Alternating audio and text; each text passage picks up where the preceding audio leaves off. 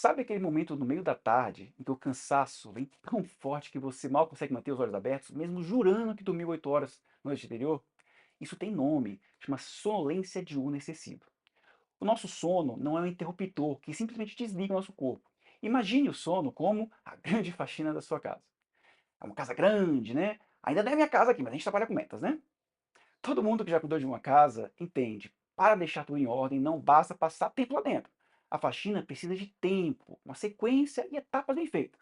Antes de tudo, cada casa precisa de um tempo diferente. Então, um casal sem filhos consegue manter a casa organizada mais rápido, enquanto a casa com crianças exige mais cuidado. Então, as necessidades mudam conforme a idade. Bebês precisam de muito mais sono. Adolescentes geralmente precisam de 8 a 10 horas. Adultos, em geral, entre 7 a 9 horas. E pessoas acima de 65 anos, em média, de 7 a 8 horas.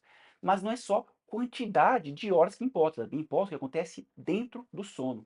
Como que foi feita essa faxina. Então, depois de a gente saber orar, separar a hora que a gente precisa para dormir, vem a preparação da faxina. É quando você separa luva, vassoura, balde, desliga alguma coisa da tomada e começa a organizar o ambiente. No sono, isso lembra a fase N1. É a fase em que você está quase dormindo. É uma transição curta entre estar acordado e dormir de verdade. Ela representa uma parte pequena, são 5% da nossa noite. E sabe quando a pessoa fica enrolando na organização e a faxina nunca começa? No sono, algo parecido pode acontecer quando a pessoa fica mexendo no celular, mantém horários muito irregulares ou usa estimulantes perto da hora de dormir.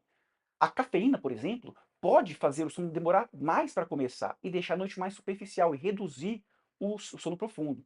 Uma revisão sistemática sugeriu que, para evitar o prejuízo no tempo total de sono, o café deveria ser evitado cerca de 9 horas antes de dormir. E suplementos com doses maiores de cafeína, como alguns pré-treinos que o pessoal utiliza para fazer atividade física, podem precisar de janela ainda maior, de até 12 horas.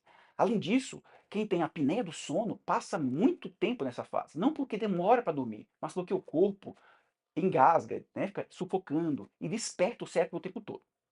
Depois da gente separar tudo, vai ser a hora de colocar a casa em ordem. Tirar as coisas do caminho, organizar os cômodos e deixar o ambiente pronto para uma limpeza mais profunda. E isso lembra a fase N2 do sono. Se ficarmos muito tempo nessa fase, a faxina também não sai e o chão continua sujo. Aqui o seu cérebro começa a desligar do mundo externo e a processar memórias. Nós passamos cerca de 50% da noite nessa fase. E ela é importante para consolidar memórias, fortalecer conexões importantes e filtrar estímulos externos, protegendo o sono de interrupções desnecessárias. Medicações sedativas, como o diazepam, o zolpidem, aumentam artificialmente o tempo que ficamos na fase N2 e roubam o tempo das fases seguintes. Isso gera uma falsa sensação de dormir a noite toda, mas o sono não foi restaurador. Depois dessa parte, vem a hora do faxinão, é a hora de limpar bem o chão, lavar o banheiro, tirar a sujeira pesada e fazer a parte mais restauradora da faxina. No sono, isso lembra o N3, o sono profundo, onde ficamos cerca de 20% da nossa noite. Se ficarmos pouco tempo aqui, o chão continua sujo e a imunidade cai. É aqui que seu corpo se recupera fisicamente e fortalece o sistema imune e também consolida memórias. Substâncias como a cafeína, novamente, o diazepam, novamente, e alguns antidepressivos e o uso crônico de tabaco podem encurtar essa fase.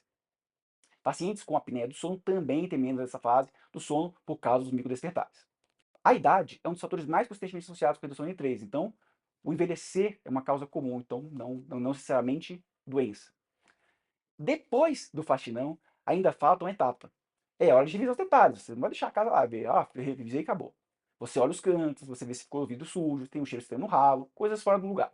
No sono, isso lembra o sono REM, da sigla em inglês, movimento rápido dos olhos. É a fase onde sonhamos. Ela ocupa cerca de 20 a 25% do sono e ela é fundamental para a memória, aprendizado, regulação emocional e a criatividade. Alguns antidepressivos, a cafeína, drogas como a cocaína, uso crônico de tabaco e algumas condições médicas como a apneia do sono e a depressão maior podem reduzir a quantidade de tempo que ficamos nessa fase.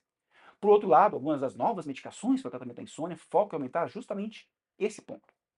E esse ciclo de N1, N2, N3, sono REM, ele não acontece uma vez só, não é uma coisa de uma hora, de 1 a 3 direto. Ele se repete 4 a 6 vezes por noite. É como se limpássemos cômodo por cômodo. Se você não completa os ciclos, uma parte da casa vai ficar sua, continuar suja. E, ou seja, você vai ficar o dia depois exausto.